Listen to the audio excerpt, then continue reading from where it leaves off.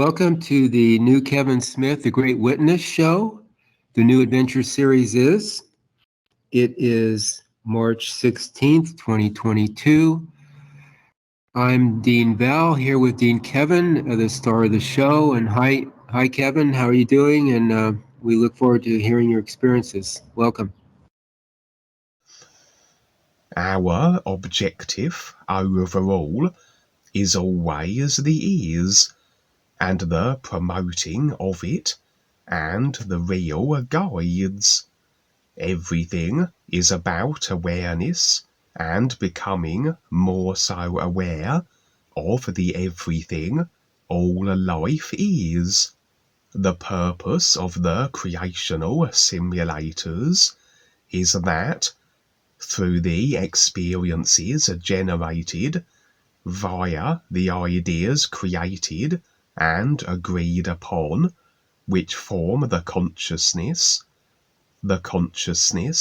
which then affects the body of vehicles through which these ideas that make up the consciousness can be experienced as simulated situations and realities. The whole point of doing such is to recognize first the real awareness that we all in fact are, and then recognize the ease through the real awareness that is a part of it. And so, in essence, this recognition can be so. The recognition of a reality that is everything, by the only means this can be achieved, through a comparison to what everything isn't, which would be something encapsulated and isolated from this isness everything. And so, all these ideas that can be created through a free will operating personal self, a personal self that becomes so as free will is utilized. These created ideas are like little frequency packages that, as we can't in actuality add anything to a true reality that is everything, if we do then create something in addition to an everything reality, the only way we can isolate a part of the everything whole to experience is to rather encase and contain it. And so, a separate, aside from this everything reality becomes so, a simulated reality, as we create ideas, as they form a consciousness, as this consciousness affects body vehicles that can experience the simulation of these ideas, as we then house the awareness that we are in these consciousness vehicles, and experience then the parts, the pieces, that allow us then our comparison to recognize the whole, the isness from. It's rather like being in an everything isness, and then placing on a virtual reality headset that contains parts or pieces of this isness everything, that we can experience something, so that from that something we can recognize the everything life is. These idea-based affected realities then are simulated, no different in actuality from the computer games we play, and really the same principles apply, that of our game character and the experience it is in being exactly as according to the computer game's programming, and we are the programmers, the deciders of what transpires.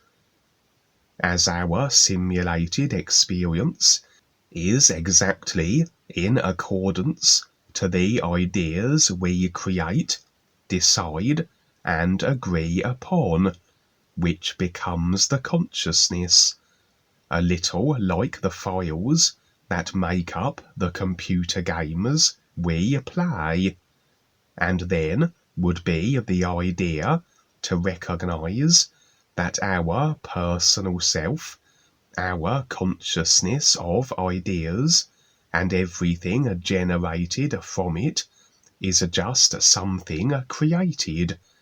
It is just mechanics, just vehicles and tools for providing our comparison references.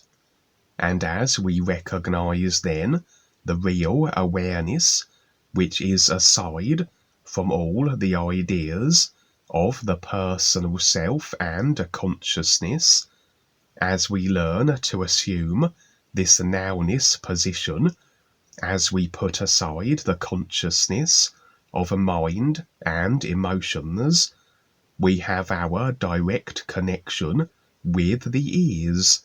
Through the real awareness, we now are standing in our true being state.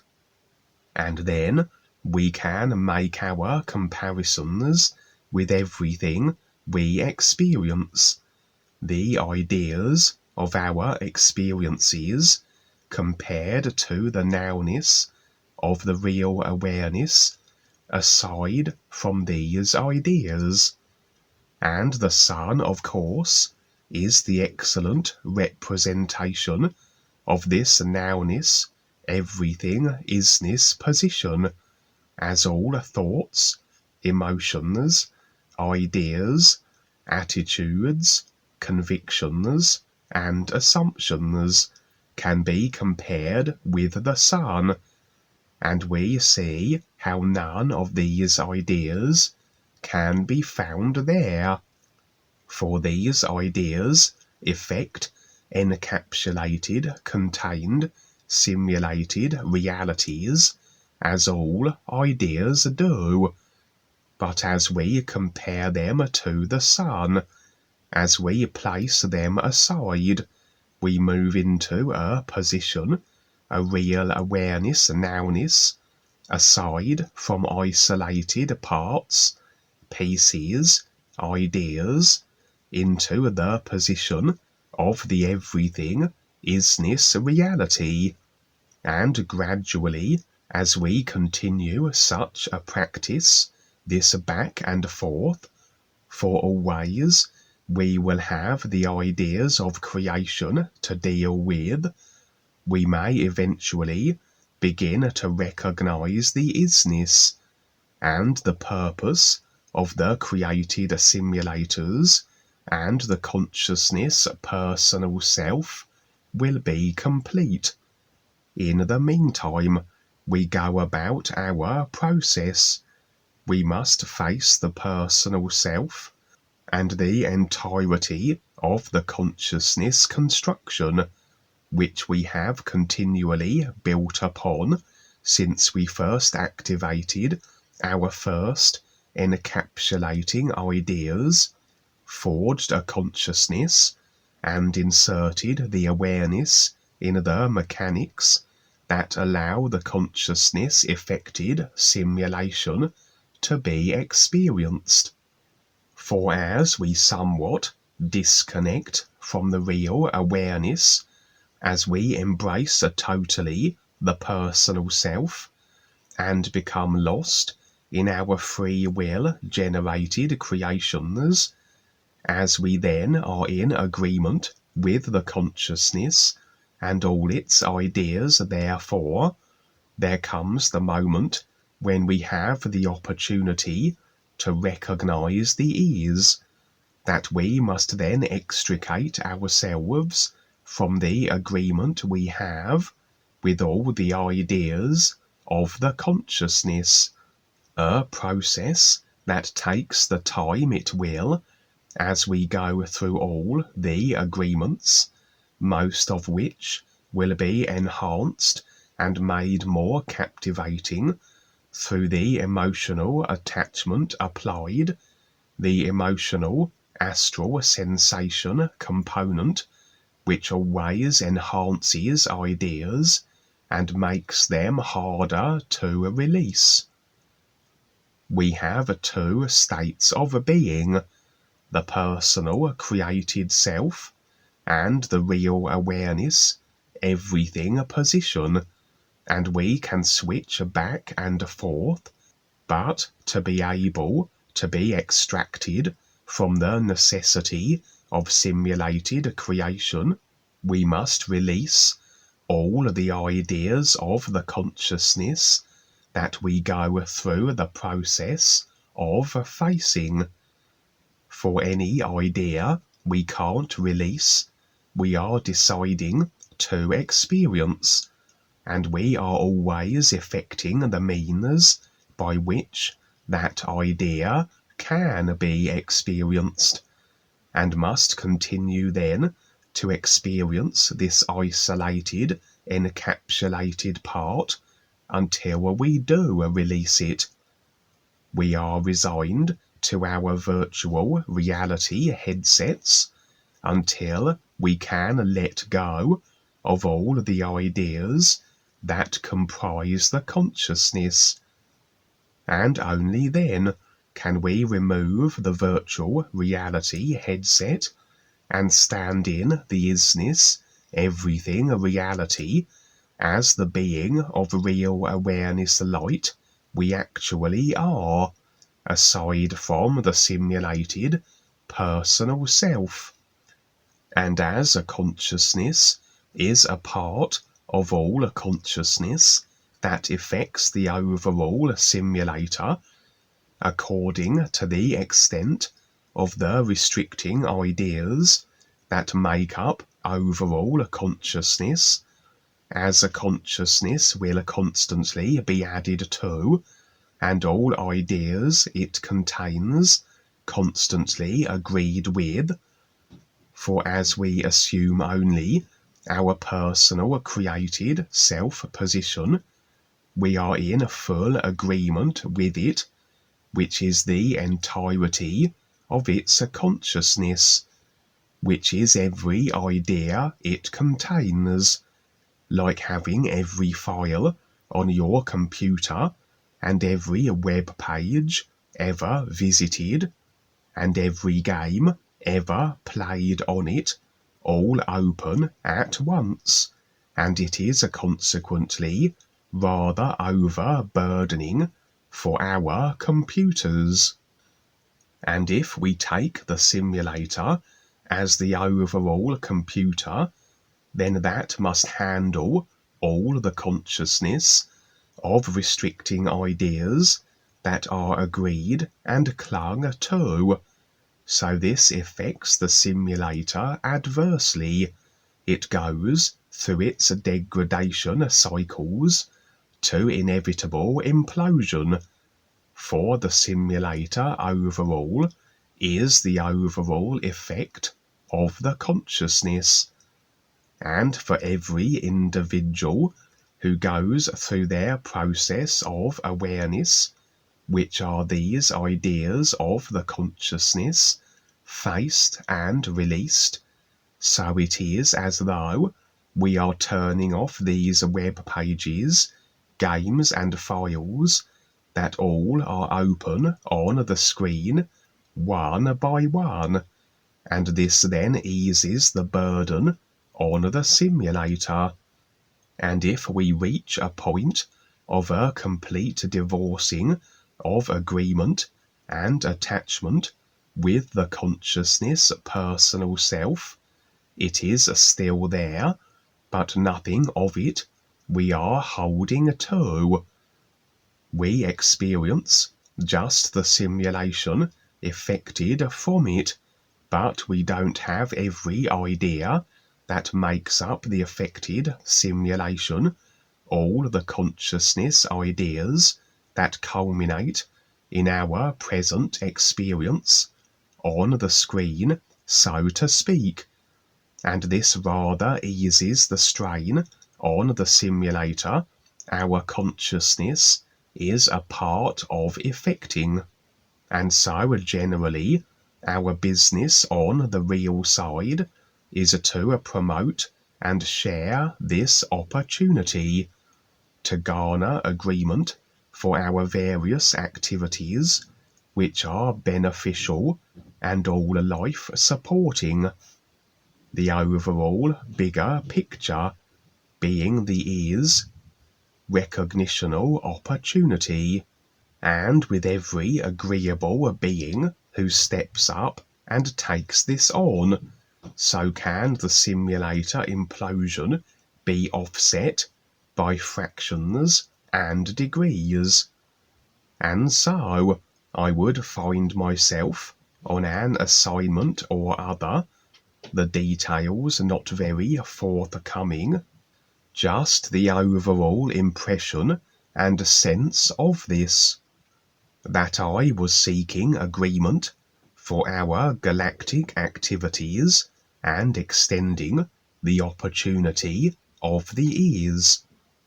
I would find myself encountering much by way of resistance, for as we face creation, as we take on the effects of all the ideas of it and all the consciousness of those we engage with, we rather can expect and will receive the confrontation.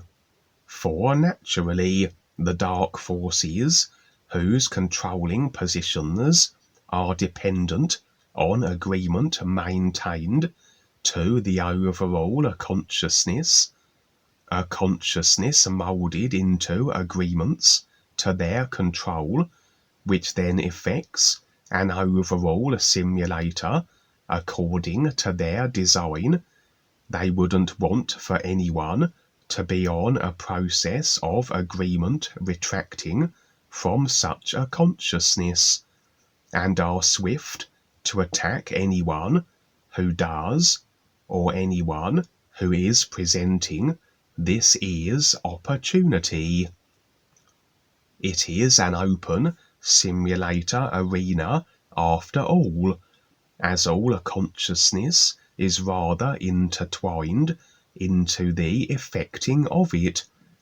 And so, as we operate on the simulated side, as we go on the real side, if we are not just observing from our, aside from the simulator, real awareness positions, we are open to encountering these characters as they make their attack bids. But always our simulated experience is according to our decisions, choices, and agreements, and this includes the inclusion of others also, that although they can enter our experience as we so operate within this overall shared simulator arena, the extent by which they can harm us is according to what we have decided. We are as bulletproof, so to speak, as we choose to be, as it must be with a simulation that always effects exactly what we decide. And if we are not, if we find we are harmed or successfully attacked by others, this we have then decided. We have made rather an agreement contract with the individual, and determined all the particulars that incorporate our interaction, all the ideas that dictate the simulated rollout of our engagement through the various means and circumstances that these agreement ideas were secured and installed, that dictate the ability of others to impact us or not. And so we can see that a continued releasing of agreement to all ideas of the consciousness, including these agreement contracts that involve others, must have us more and more bulletproof, as eventually there can be nothing held to idea-wise that can effect anything of an adverse nature, unless it is ideas and agreements we consciously create for ourselves, and sometimes we may do so, or rather the real awareness may orchestrate certain agreements for certain experiences that are necessary for our awareness process.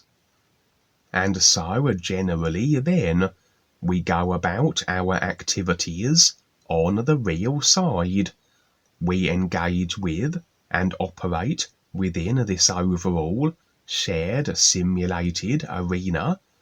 We have our confrontations and attackers, but more so we can handle them as we continue to release all agreements that afford them their power and ability to harm us. And it is so that then we simply go through the simulated necessaries. The real awareness knows just where to go and what to do, as it uses its personal simulated self to engage with the simulation and others. And the real awareness then is in reality absolute in its ability to protect its personal self, as it harbours no ideas to the contrary. And so any inability to deal with a situation or individual must stem from ideas of the consciousness clung to that hamper and conflict with this absolute potential protection, and in which case the real awareness has its hands somewhat tied, as the personal self free will decides to then experience this adversity by virtue of the ideas agreed with that generate it. And sometimes the real awareness, though it could deal with certain situations and individuals, won't, if again the experience afforded through the adversity is actually more so awareness beneficial than if we had been able to avoid it.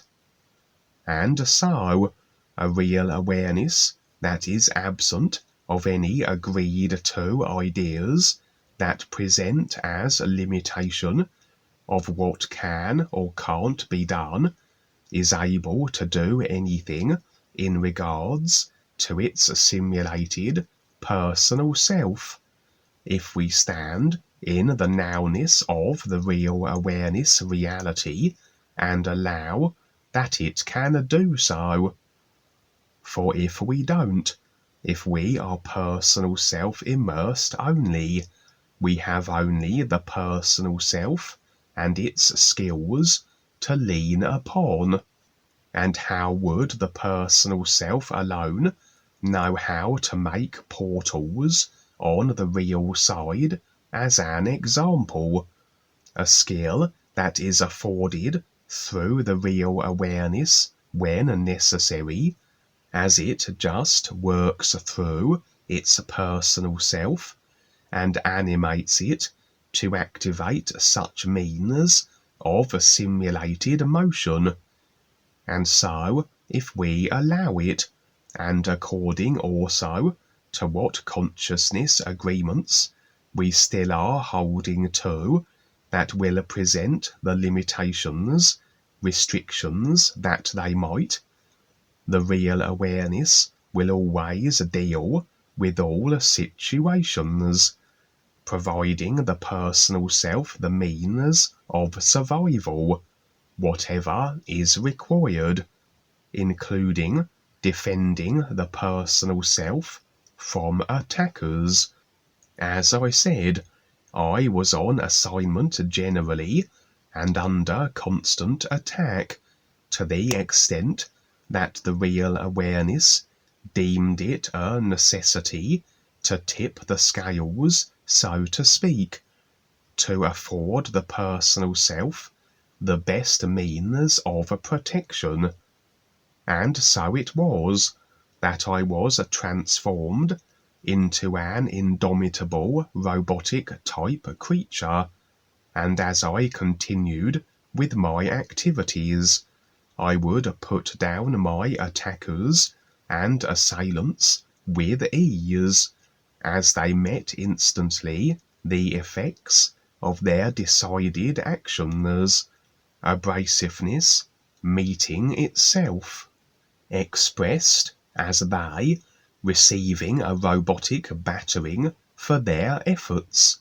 Really then, I was just the delivery for what they were choosing to experience.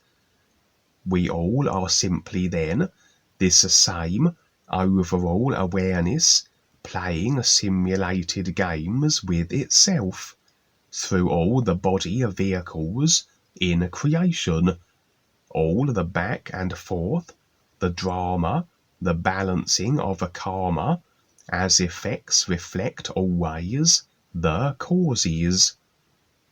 There would be a particularly stubborn group of assailants, led by one individual, who were adamant in a disruption, but realizing they couldn't best me in my robotic form, tried another tactic. What with everything that happens in our experience, including that which involves others, the agreement contracts between consciousnesses, etc., being based on what we have decided, so it is that if any individual not only has certain skills or abilities, but can use them effectively on us, this is based on agreements that this can be so, consciously or more likely subconsciously, and this leader of the assailants would suddenly remove myself from the current scene to an altogether different location. My impressions were that although there were then no agreements that allowed that he or his minions could harm me, expressed with my robotic form that outmatched them, there were agreements that allowed that he could make alterations to my consciousness. This seems a very common ability with the dark force assailants, those who are skilled in creational manipulation at any rate, that they can make alterations to the consciousness of those they target. And as I said earlier, if what transpires in our experiences is based on ideas of the consciousness, including any limitation or inability, then if an individual has the agreement permissions to exact his consciousness altering abilities, they can make such alterations that effect into limitations that rather stack the odds more so in their favour, like having two computer game characters, and one has the agreement contract permissions to adversely impact the other, to make them weaker in comparison to their own character, like altering files in a computer game that denote a character's strengths, weaknesses in relation to others, etc. And so it was as though he had sifted through my consciousness and had found the perfect point where adjustments could be made which would effect through to my inability to be able to repel the assault of he and his cohorts. Everything, every idea of the consciousness is present here and in the nowness of the ears, but from the perspective of a personal self-simulated time rollout, the ideas that are the consciousness, as we have decided them, present as these effected sequences, these rollouts of experiences, lifetimes, the illusion of time. And so, in reality, he was altering a certain idea placement now, but from the personal self-simulated perspective, he had gone back in time and made alterations to the consciousness at a certain point, a certain lifetime, wherever that might have been. And as he did this, so the scenes I now were in with him were glimpses, simulation, from the lifetime dimension where he was making these adjustments. The scene was rather nonsensical to a personal self that can only relate to anything according to what it has experienced reference-wise in this current lifetime. But my real awareness afforded impressions, a real awareness that is through all consciousness and can access all the ideas and including all lifetimes ever lived, would be impressions that simply assured the personal self as to what was taking place, that these were scenes and situations from a lifetime that had rather been effected into experiential simulation here, as this individual made alterations to the consciousness, as the consciousness would have been around the time of this particular lifetime and dimension. And so, from a personal self-simulated perspective, the ripples of a causality would have these alterations effecting through the lifetimes to the present one, and the alteration he caused effected my inability now to deal with him and his attacking team. In reality, he made a consciousness alteration, the effects instantly so, the lifetimes and simulated rollout rather incidental.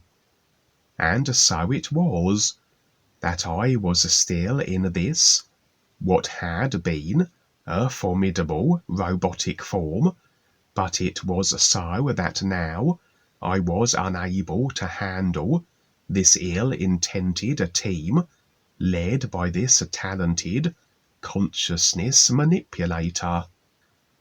And so the real awareness ability to handle any situation, to deal with any individual, was now counteracted by ideas in the consciousness of the personal self, agreements that had been adjusted, that dictated that whereas previously this team of attackers were not an issue, that now the agreement contract had been changed that made it so, that the personal self was effectively deciding to experience being successfully assailed by these characters, and as such, the real awareness was somewhat unable to be effective in the defense of the personal self, the robotic form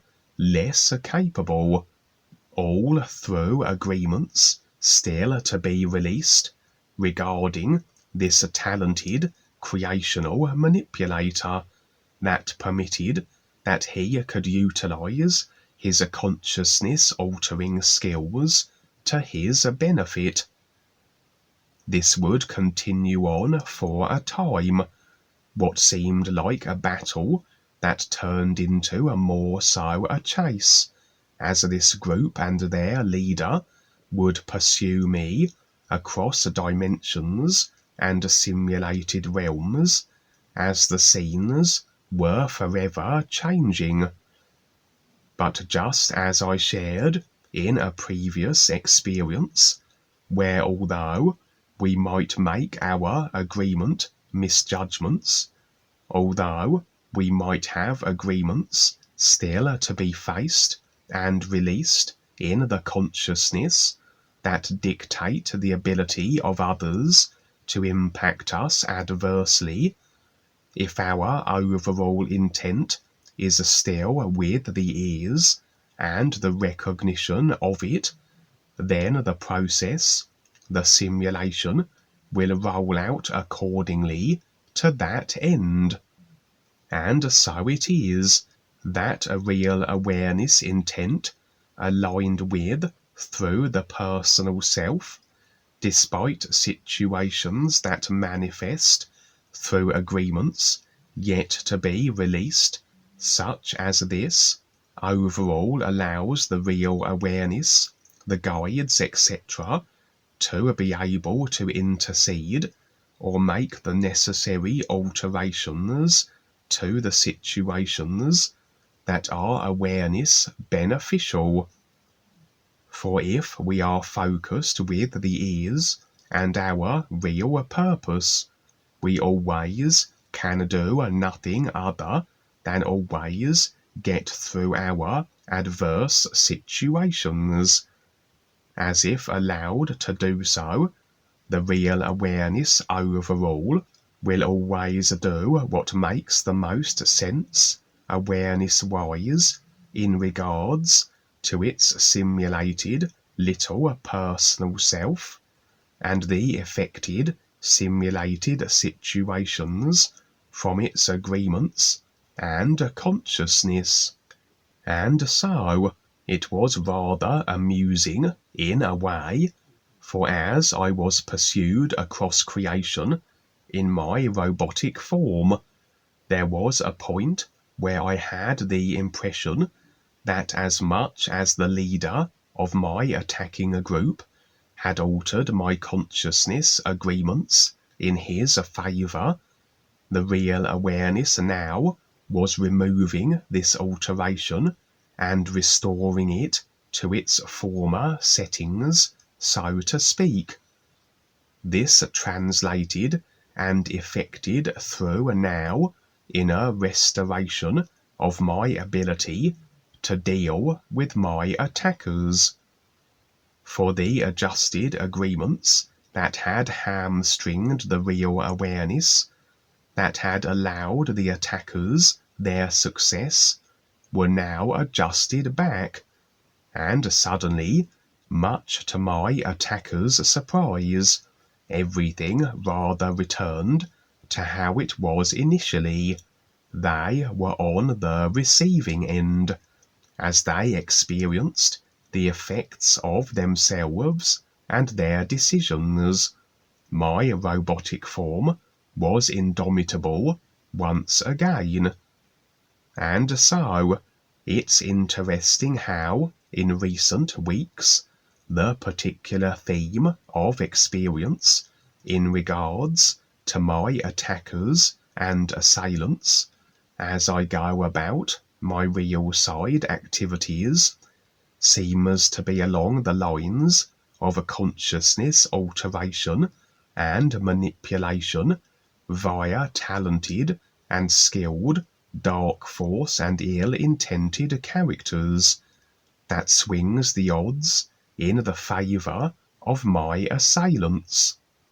But as is the case, if our intent remains so with the ears, then for everything that adversely befalls the personal self, as it is and must always be based on our decisions, ideas, and agreements, like files in a computer game, just as these manipulators can make alterations with our consciousness files which affect into our experience, so can they just as readily be altered back.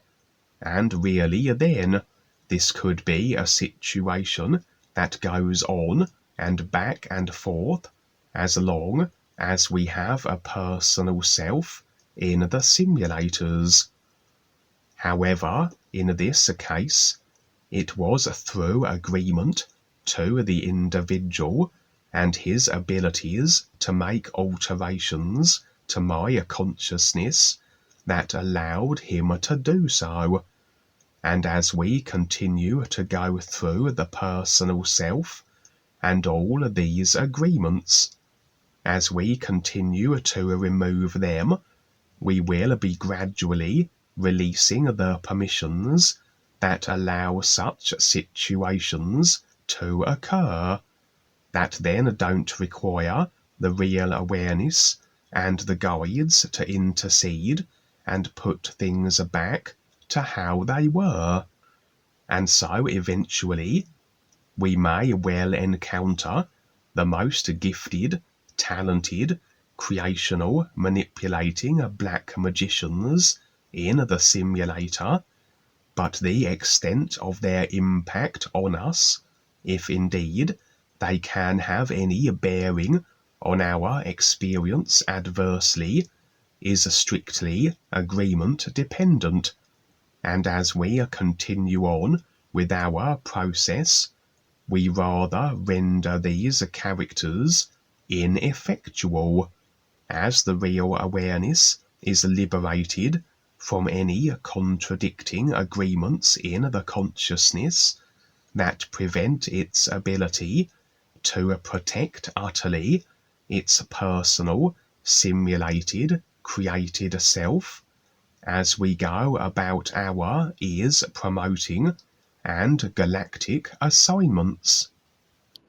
That's a lot. That's a lot of good explanation. You're really keeping up with things, and just like the movies these days are keeping up with you, or it parallels the movies. What you've gone through here in this experience. We watched something called Ghost in a Shell last night with Scarlett Johansson, 2017. It really portrays in a way what the controllers are doing and what you went through. It was about basically transhumanism or robotics. They put a human brain into basically a robot shell that looked very human-like. The only difference is the controllers want you to think that the brain is the one that controls and has the awareness and all that. The brain is just a computer, just a receiver. In the movie, they use the brain as the kind of the real awareness idea, but actually it's not. As you explained, the real awareness just is. But it's interesting how the movies do give us a hint, a huge hint to what they're doing. This movie, 2017, is pretty sophisticated. The set and the graphics and everything that they did. But again, going toward consciousness changing, altering, controlling, and you seem to have come across this consciousness altering manipulator who sounds like a minion of the supreme deceptor or the influence or somebody, you know. He's pretty good at what he does, but again, it's still in creation, and you, with your real awareness, have that access to just being.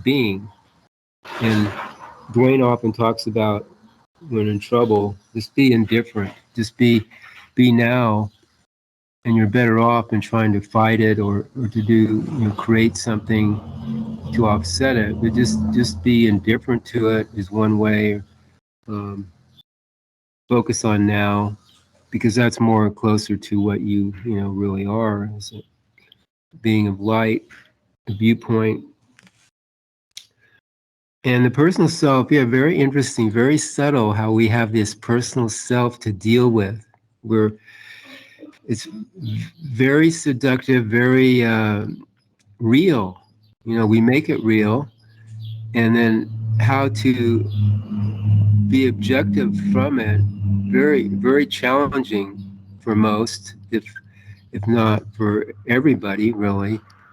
Well, you've got one of these things called the personal self, because we relate to it. We identify with ideas, the feelings, all the attitudes with it. It's like becomes our home, you know, our little place of comfort. We can go there. But then we find that in the end, you know, we have to let go of it when we lose the physical body, and then where are we at? You know, we're still attached to it, and we have the challenge of dealing with that. And that's where we come in with the new presentation, and you and Dwayne and other new friends, where we help people extricate themselves, in a way you could say, extricate themselves from their personal self and their attachment to it, and their you know, identification with it. It's so subtle. It's like Dwayne talked about. It's like, you know, we breathe during the day. We breathe. Do we ever consider that we're breathing? You know, oh, you just stop and consider. You know, that you're taking breaths, and if you don't, you're going to be not long for this world. And that's kind of the way the real awareness is. You know, we don't even consider it. We take it for granted. It's there in the background. For some, no. But it's, you know, it's our survival, basically. It's who we are. It's you know, our viewpoint. So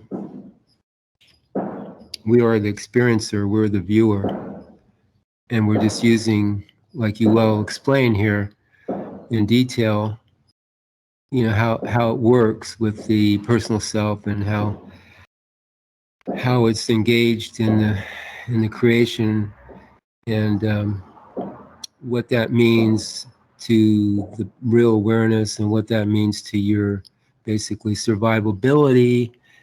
And it's to your benefit to look at that and to see how you can be now, and not really, you know, get out of the matrix or remove yourself from creation, but just become aware of what is going on with the process, because we do need it. We do need the personal self to see what is not real. But it's so tricky. It's so deceiving. So subtle. The difference between the real awareness and the personal self, and that's what has to be looked at, and to see how that difference is. Always, you know, look at what you're considering throughout the day, your ideas, etc., and then try singing new you, which is a way to, like, also to focus in on something that's real. And we talk about things that are real. So life is real. And it's to your benefit, to everybody's benefit, to be real, to align yourself and all your 5 bodies with that reality, because that's your survival here and everywhere. So thanks, Kevin. This real side experience continued on from the tower broadcasting adventure and the dark force bomb at the church that I shared on the last show. My group and I had now raided some dark force facility, and our objective was the acquisition of a specific type of tech that they had stored here. Unfortunately, the surveillance system was formidable, and we had certainly been captured on reptilian camera. We accessed and hacked into the surveillance system, and although able to shut it down from continuing its recording of us, seems we were unable to wipe the data that had been recorded to that point, the evidence of our presence here. Nevertheless, we proceeded and managed to find what we were seeking. It seemed to be a handheld device of a kind, like a kind of high-tech hairdryer in appearance.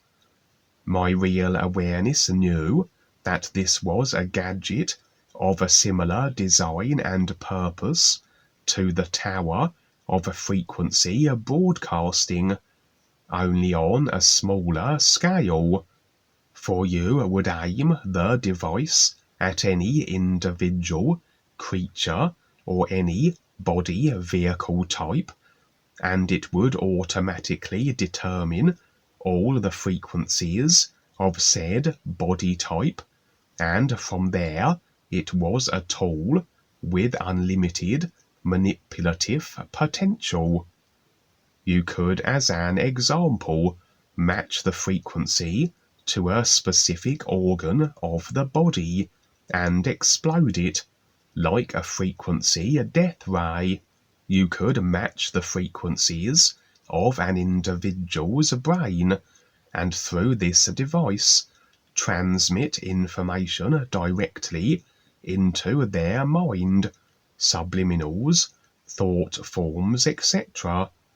It would be the ultimate tool for literally possessing an individual and controlling them, like a puppet master, a Manchurian candidate situation, or for eliminating an individual in the way I just described. It could also be rather a beneficial tool if used for such. You could heal as much as you could harm through emitting harmonious, restorative frequencies. But of course, this was a dark force creation, and undoubtedly was intended for ill purposes. Maybe we were afforded a view of dark force ideas in their real side inception before agreement brings them through to the physical. Might we see, perhaps, the military begin to be equipped with such, or maybe the police, as a further means of human enforcement? Anyway, we decided to test out this device, and having exited the Dark Force facility, we were in an open countryside area where there seemed to be a lot of horses, and so we selected a few random horses, activated the device.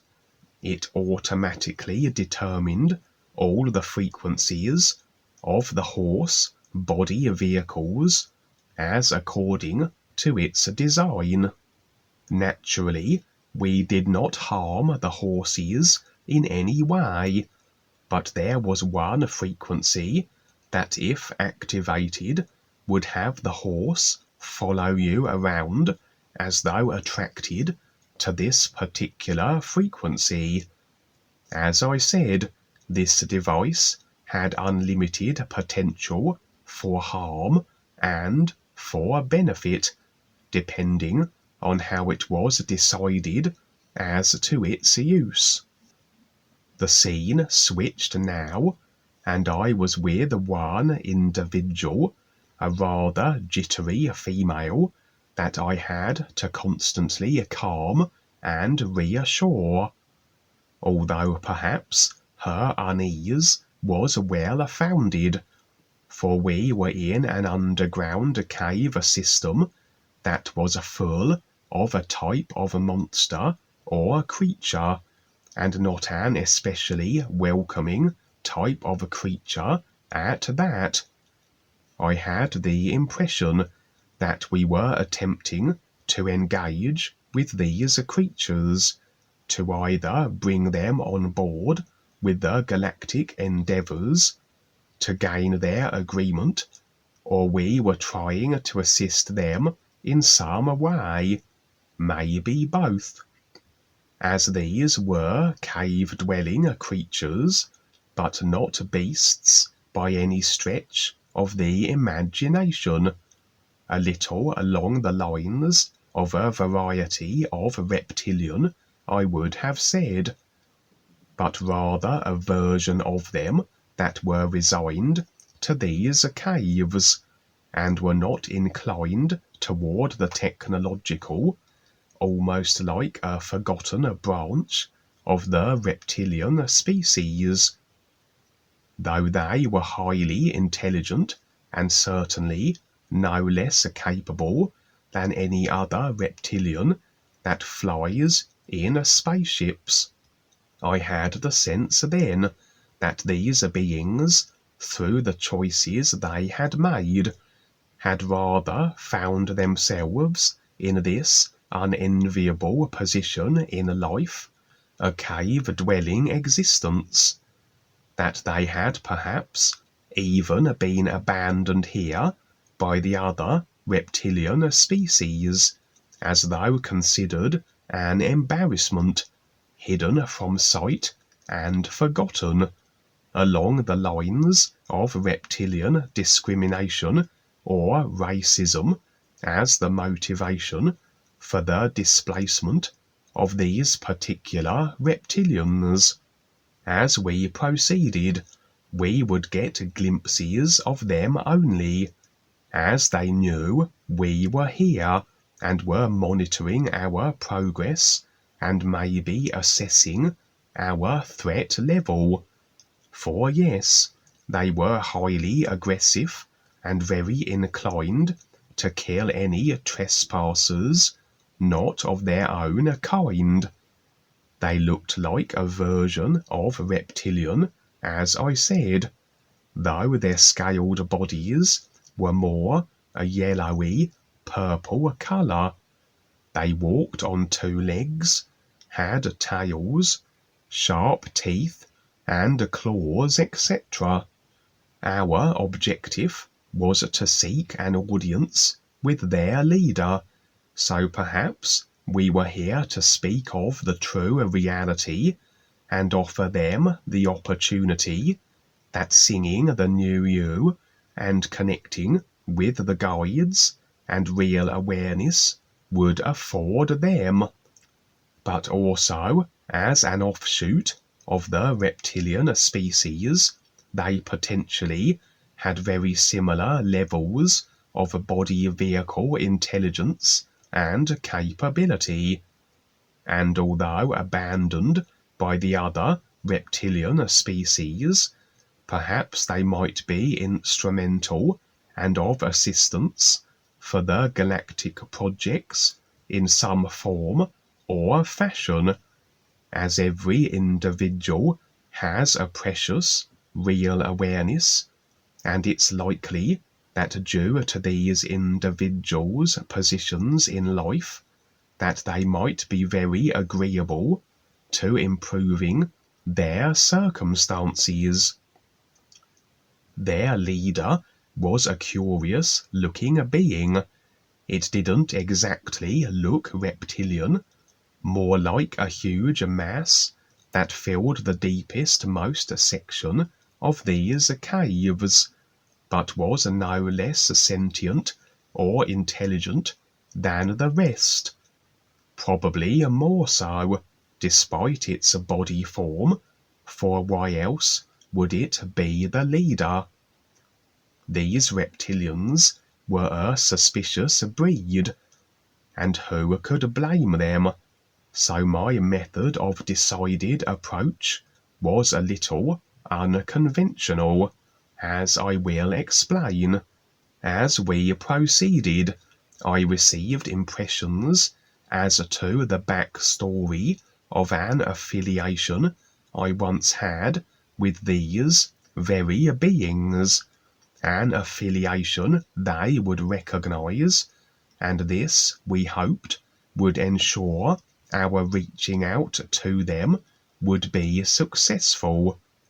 For I once had a lifetime in who knows what dimension, time or place, where this very reptilian species lived openly among a more human-looking species, and not underground in caves, as they do now. The two species coexisted, but it was fraught with complication and drama. The two species, although not at war with each other, certainly kept segregated, and as you can imagine, there was much antagonism back and forth. There was a situation where one of these reptilians would rape one of the human-looking women, and it seems the genetics for conception were compatible, as she would give birth to a child, and that child would be me in that lifetime. So I would be born as a kind of half-breed, half reptilian, half human, with an intermingling of traits and features from both. Curiously, I was accepted among both the reptilians and humans alike in that world, and almost acted like a kind of a peacekeeper throughout my days, and earned great respect from both of these two species. Anyway, seems these reptilians here had found themselves in this current situation as cave dwellers through whatever decisions and agreements and the influence of the other reptilian species had brought them here, and this was maybe eons after the time they had existed on the other world with the humans, and they boasted extraordinary physical lifespans, as reptilians do, but even on reincarnating as the same species again, if they happened to do so, they retained a memory of the world they once knew, and also of the individual, the half-breed, that was almost like a part of their ancestral history. And so, this was my unconventional approach. I would adopt the very appearance of the individual I once was, that was this half-reptilian, half-human, and an appearance they would recognize and know as to who it was. Hence why they weren't attacking us as we made our way through their cave system, despite my female companion being rather unnerved by the whole affair. We would finally approach the deepest part of the cave. There awaited the mass of the creature, looking a little like the blob from Steve McQueen's movie, though the leader was of similar coloration to the other reptilians, yellow and purple. Although perhaps I had miscalculated in my method of approach, assuming this form that I had, for there was an almighty scuffle. My view switched to one external of the scene, my real awareness, and I saw that there was no sign of myself any longer, and the female companion was left alone. My impression was that these reptilians had captured me and were holding me prisoner, though with no intention of harming me. And perhaps there was agreement, some attachment stemming from my lifetime as that individual, that allowed this capture to take place, as nothing can feature in our experience unless there is agreement that allows it to occur. Agreement then can allow for the potentiality of attack, kidnap, and any other imposition, if the nature of the agreement is along the lines of agreement to an individual's power over us, that can translate as the potentiality of imposition. This is probably why this kidnap took place, an old agreement associated with that long ago lifetime and interwoven with these reptilian beings. But perhaps the result is the same.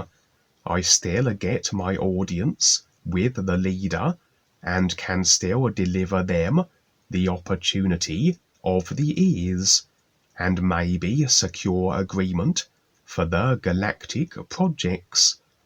And recognizing another agreement tapline that I can now release into the bargain, that I can just walk out of their clutches at any time of my choosing.